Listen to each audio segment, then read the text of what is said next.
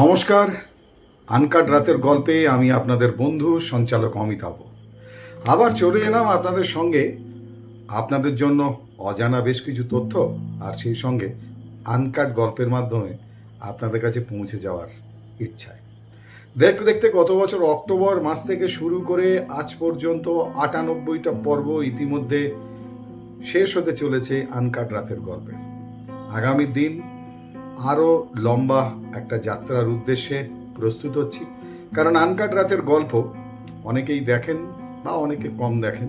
তার থেকে বড় কথা, এমন কিছু জিনিস এখানে বলা হয় যেগুলো সচরাচর আমরা জানতে পারি না।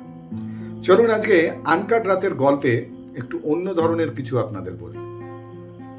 পৃথিবী বিখ্যাত সেই ছবিটি, যেটি দেখতে ফ্রান্সের লুভ জাদুঘর বা মিউজিয়ামে হাজির হন লক্ষ লক্ষ মানুষ প্রত্যেক দিন, প্রত্যেক বছর।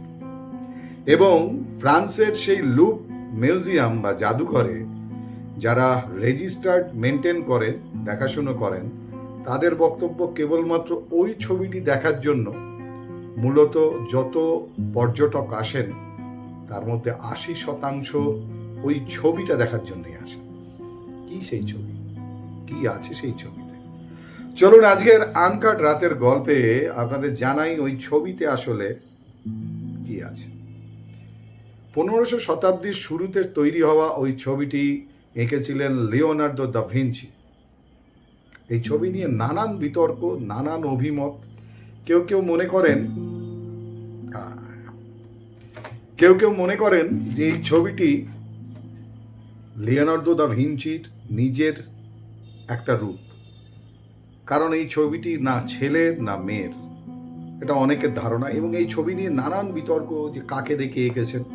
সেই প্রসঙ্গে বলে রাখি, একজন ফ্রান্সের বিখ্যাত ব্যবসায়ী আজকের দিনে দাঁড়িয়ে কম্পিউটার বা প্রযুক্তির কে কাজে লাগিয়ে যেটা দেখা গেছে বা জানা গেছে ইতিহাস, সেই ছবিটি অর্থাৎ মোনালিসা, সেই মোনালিসার অবয়ব বা ছবিটা যাকে দেখে আঁকা হয়েছিল তার নাম লিসা দেল জোকান্দো। তিনি একজন বণিকের স্ত্রী ছিলেন, লিসা। তাকে দেখেই নাকি এটি আঁকা হয়েছিল।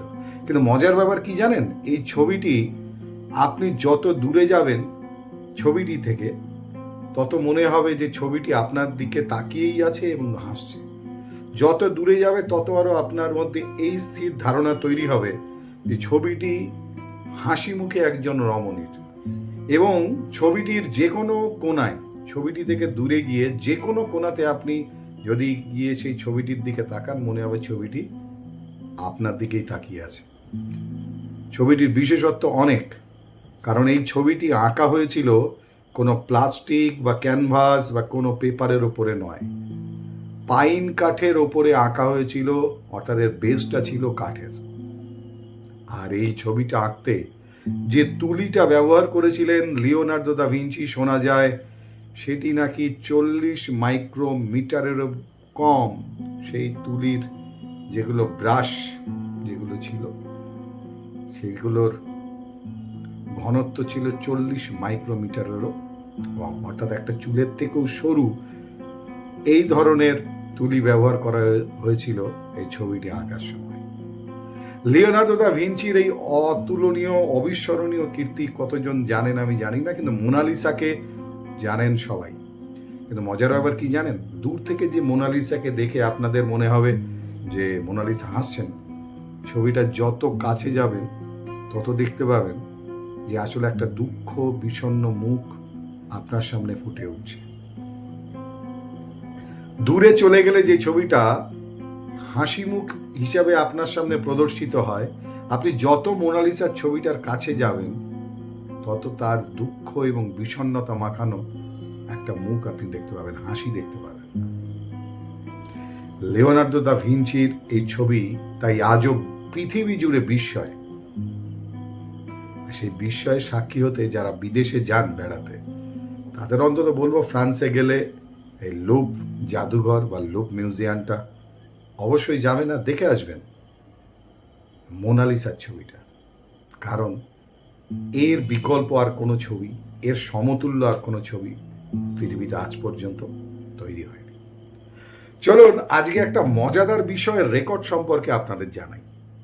মানুষ তো কত রেকর্ড করে না, ক্রিকেটের মাঠে রেকর্ড হয়, ফুটবলের মাঠে রেকর্ড হয়, রেকর্ড রেকর্ড রেকর্ড, আর রেকর্ডকে মানুষ মনে রাখে। কিন্তু একটা এমন রেকর্ড আছে যা আপনারা অনেকেই জানেন না বা মনে রাখার মতো, সেটা আমাদের সামনে কখনো প্রকাশ হয়। দেখুন কত রেকর্ডই তো তৈরি হয়। আমরা শুনেছি আগেকার দিনে মানুষ বহু বিবাহ করতেন, কিন্তু সে তো আগেকার দিনের ব্যাপার। আজকের জীবনযাত্রা, অর্থনীতি সব কিছু মিলিয়ে বা সামাজিক যে আমাদের জীবনযাত্রা, সেখানে কতগুলো বিয়ে আপনি করতে পারবেন? অনেকেই বলেন যে একটা বিয়ে করেই রীতিমতো হাঁসফাঁস অবস্থা। আমি কাউকে বলছি না, মানে অনেকেই বলেন। সেখানে ভাবুন বেশ কিছু মানুষ আছেন তারা জীবনে বিয়ে করার রেকর্ড করেছেন, এবং সেটা এই আমাদের এই জীবনযাত্রার মাঝখানে, এই আধুনিক যুগে দাঁড়িয়ে। সবার প্রথমে যার কথা বলবো তার নাম হচ্ছে ওং ড্যাং সোরো। ওং ড্যাং সোরো আসলে তিনি থাইল্যান্ডের বাসিন্দা, এবং তিনি একটি বাড়িতেই থাকেন যেখানে তার 8টি বউ, বেশি না 8টি বউ, এবং এই 8 বউ একই সাথে এক বাড়িতে থাকে। শুধু তাই নয়, তাদের জন্য 4টে আলাদা আলাদা শয়নকক্ষ আছে, এবং তাদের সমস্ত চাহিদা নাকি এই ওং ড্যাং সোরো তিনি পূরণ করতে পারেন। তাই তাদের মধ্যে কোনো ধরনের বাকবিতণ্ডা নেই বা ঝগড়া নেই। 8 বউ মহা আনন্দে একসঙ্গে বসবাস করেন, তাদের কোনো সমস্যা নেই। ভাবতে পারছেন?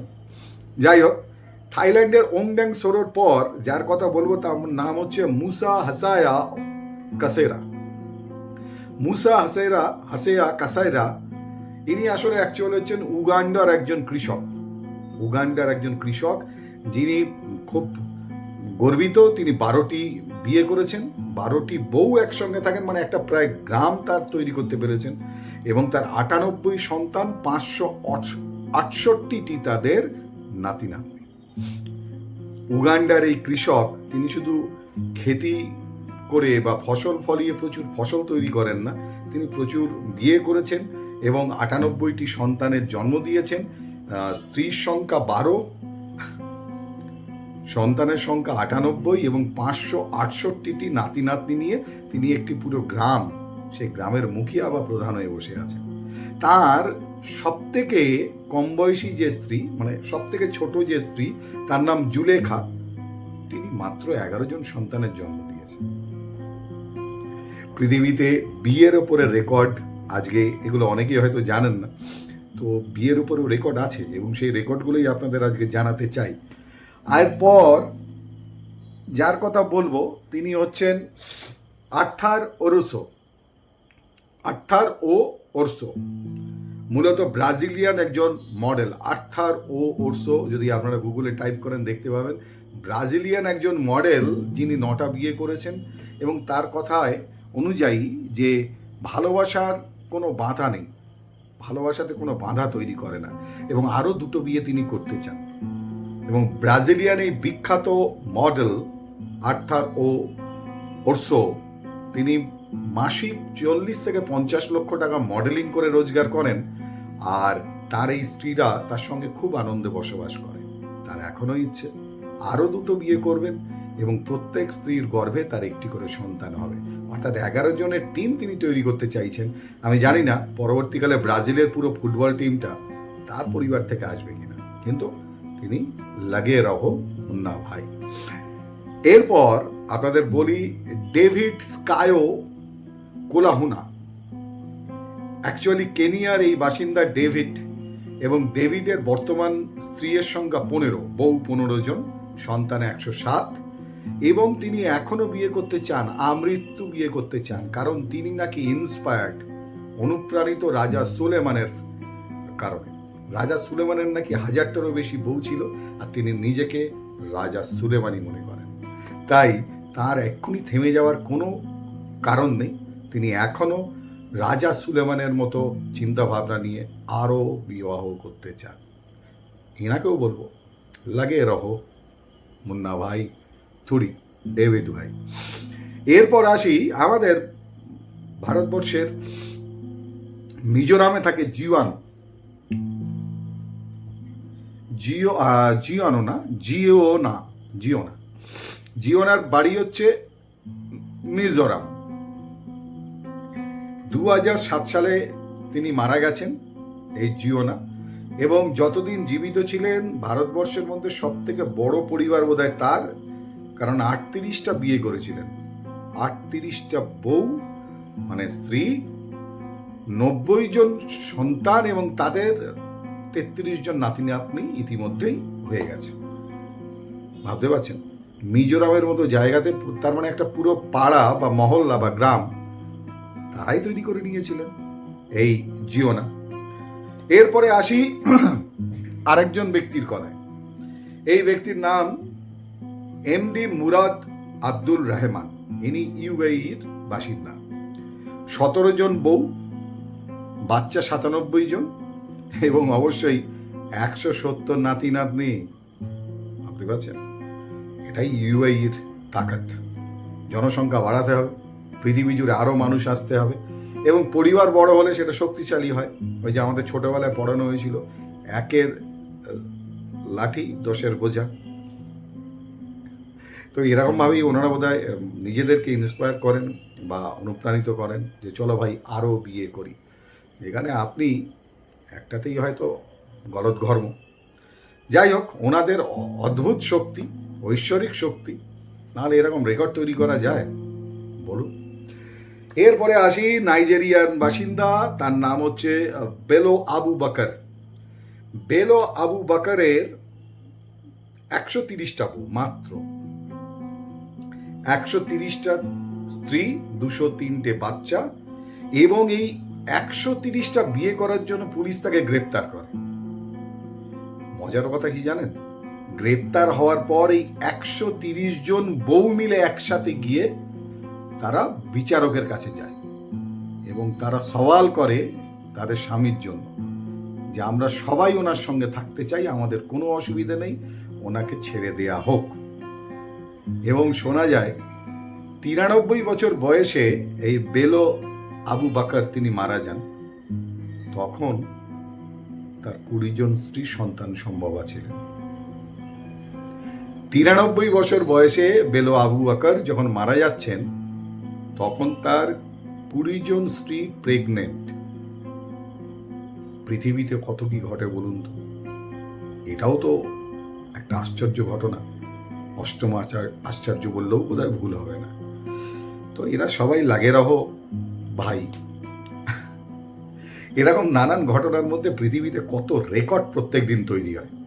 তা বিয়ের ওপরে এই রেকর্ডটা মনে হলো খুব মজাদার, এবং অনেকেরই ইন্সপায়ার্ড হবেন যারা গলদঘর্ম হয়ে আছেন। তো তাদের একটুখানি স্মরণ করিয়ে দিলাম যে আপনি একটাতেই যুদ্ধে পরাজয় স্বীকার করে হার মেনে নিয়েছেন। দেখুন, এনাদের পদাঙ্ক অনুসরণ কেউ করছেন কিনা জানি না, তবে এটাও একটা রেকর্ড। 9-এর নামতা, 9 1 9, 9 2 18, 3 9 27। একমাত্র 9-এর ঘরের নামতায় 9 10 90। তাই তো, একটা জিনিস খেয়াল করেছেন, এই 9 1 9 থেকে শুরু করে 9 10 90, দুটো যে জোড় সংখ্যা হচ্ছে, মানে 9 2 18, 3 9 27, 4 9 36, 5 9 45, 6 9 54, এই যে সংখ্যাগুলো দাঁড়াচ্ছে গুণ করার পর, দেখবেন প্রত্যেকটার যোগফল 9। মানে 9 1 9, 9 2 18, 18 অর্থাৎ 8 + 1। মোট যোগ করলে যে সংখ্যাটা দাঁড়াচ্ছে সেটা 9। মানে 9-এর ঘরের নামতায় আপনি যদি নামতার প্রত্যেকটা ঘরের দুটো করে সংখ্যা যোগ করেন, তাহলে তার উত্তর বা যোগফল 9 আসবে, যেটা নামতার অন্য কোনো ঘরে আসে না। এটাও হয়তো অনেকে খেয়াল করেননি, খেয়াল করে দেখবেন, এটাও আশ্চর্য। আজকের আনকাট রাতের গল্প শেষ করব একটি ছোট্ট গল্প দিয়ে। সত্যি ঘটনা, কিন্তু ঘটনাটির কারণে কোনো কারণবশত নাম প্রকাশ করতে পারছি না, জায়গার নাম এবং ব্যক্তিদের নাম। একটি পরিবার একটি কুকুরকে বাড়িতে নিয়ে আসে। অনেকেই তো বাড়িতে পোষেন, কুকুর বিড়াল পোষেন। তো সেই পরিবারটি একটি কুকুরের ছানাকে নিয়ে আসেন, বাচ্চাকে, এবং কুকুরটি 5-6 বছর তাদের বাড়িতে রয়েছে। কিন্তু মজার ব্যাপার কি জানেন, কুকুরটি একটি জায়গায় চুপ করে বসে থাকে, কোথাও যায় না, খেলাধুলো করে না, এরকম নানান ধরনের ঘটনা। তাকে কোথাও নিয়ে যাওয়া যায় না। সে ওই ঘুম থেকে ওঠার পর একটি জায়গাতেই চুপ হয়ে স্থির হয়ে বসে থাকে, বাইরের দিকে থাকে। 5-6 বছর কেটে গেছে। একদিন তাদেরই এক পারিবারিক বন্ধু, আত্মীয়, তিনি বাড়িতে এসছেন। হঠাৎ করে সেই কুকুরটিকে দেখা গেল যে এই প্রথম সে গেল কোনো মানুষের কাছে, এগিয়ে তাকে চাটতে থাকলো, আদর করতে থাকলো, যেমন করে আর কি পরিচিত মানুষদের পেলে বাড়ির পোষ্যরা। এবং অবাক হয়ে গেলেন বাড়ির অন্যান্য লোকজন যে একে তো কোথাও নড়তে চড়তে দেখি না, আজকে হঠাৎ কি হলো যে সবার কাছে ছেড়ে ওই অচেনা মানুষ যে বহুদিন পরে এসছে তার কাছে যাচ্ছে, তাকে আদর করছে, ল্যাজ নাড়ছে। যাই হোক, সেদিন রাত্রিবেলায় সেই যে মানুষটি ওই বাড়িতে এসছিলেন, তাদের পারিবারিক আত্মীয়, তিনি একটি স্বপ্ন দেখলেন। আসলে সেই ভদ্রলোকের বাবা মারা গেছেন দীর্ঘদিন। স্বপ্ন দেখলেন রাত্রিবেলায় যে তার বাবা স্বপ্নে এসে বলছেন যে তুমি যে পরিবারে এসে আজকে রাত কাটাচ্ছ, এই পরিবারের কাছে আমার একটা দেনা রয়েছে। কারণ এদের কাছ থেকে আমি টাকাটা ধার নিয়েছিলাম, কিন্তু আমার মৃত্যু হয়ে যাওয়ার কারণে আমি টাকাটা শোধ দিতে পারিনি। তুমি অবশ্যই এদের টাকাটা দিয়ে দিও বলে একটা অঙ্ক বললেন যে এত এত টাকা। এবং দেখো, এই দেনাটার জন্যই আমি এখনো পর্যন্ত এদেরকে সেবা করে চলেছি, কারণ আমি এদের বাড়িতে কুকুর হয়ে রয়েছি। এরকম আচমকা স্বপ্ন দেখে ভদ্রলোক তো ঘুম ভেঙে গেল। যাই হোক, পরের দিন সকাল পর্যন্ত অপেক্ষা করলেন এবং প্রাতরাশের টেবিলে, অর্থাৎ ব্রেকফাস্টের টেবিলে, তিনি ওই পরিবারকে বললেন যে আমার বাবা এরকম একটা আপনাদের কাছে বোধহয় টাকা পেতেন, একটু বলবেন কত টাকা। তো যে পরিবারে এসছেন তারা বললেন, আরে ছাড়ো না, তুমি তো আমাদেরই একজন, আর উনি তো এখন বেঁচেও নেই। বলছে না না, আপনি বলুন টাকার সংখ্যাটা কত। টাকার সংখ্যাটা বললেন সেই পরিবারের লোক, এবং আগের রাতে তার বাবা যে স্বপ্নে অঙ্কটা বলেছিলেন যে এত টাকা পাবে, সে দুটো মিলে গেল। অবাক হলেন ভদ্রলোক। তিনি সন্ধেবেলায় আবার ফেরত এলেন এই বাড়িতে, এবং যে টাকাটা তার বাবা ধার নিয়েছিলেন বা এই বাড়ির মানুষেরা পেতেন, সেই টাকাটা পরিশোধ করে দিয়ে আবার তিনি তার শহরে চলে গেলেন। মজার কথা কি জানেন, তারপর এই কুকুরটি মারা গেল। সেই রাত্রে কুকুরটি মারা গেল। আসলে ওই দেনার কারণে ওই কুকুর রূপে আসা তার বাবা এতদিন তাদের সেই সেবা করে যাচ্ছিলেন যতক্ষণ না দেনা শোধ হচ্ছে। দেনা শোধ হওয়ার পর, যেহেতু সেই সন্ধ্যাতেই তিনি টাকাটা দিয়ে গেছিলেন তার ছেলে, তাই কুকুর রূপী ওই বাবা কিংবা কুকুরটি মারা গেল, অর্থাৎ দেনা শোধ করে দিয়ে গেল। ঘটনার সত্যতা যাচাই করিনি, কিন্তু ঘটনাটা ঘটেছে, এবং স্থানকাল পাত্র আপনাদের সামনে বললাম না কোনো কারণবশত, কিন্তু আজও অঘটন ঘটে। এরকম নানান ঘটনা ঘটে যে ঘটনার সঙ্গে আমরা কখনো কোনো উত্তর খুঁজে পাই না। না বিজ্ঞান তার উত্তর খুঁজে পেয়েছে, না পৃথিবীর কোনো তত্ত্ব সেখানে কাজ করেছে। আনকাট রাতের গল্প আজকে এই পর্যন্তই। আগামী পর্বে আবার অজানা অন্য কিছু নিয়ে চলে আসবো। আমি আপনাদের বন্ধু সঞ্চালক অমিতাভ। ততক্ষণের জন্য ভালো থাকুন, সুস্থ থাকুন, সচেতন থাকুন, সাবধানে থাকুন, আর হ্যাঁ, বাংলার সঙ্গে থাকুন, বাংলার সংস্কৃতির সঙ্গে থাকুন। আজকের মতো শুভরাত্রি।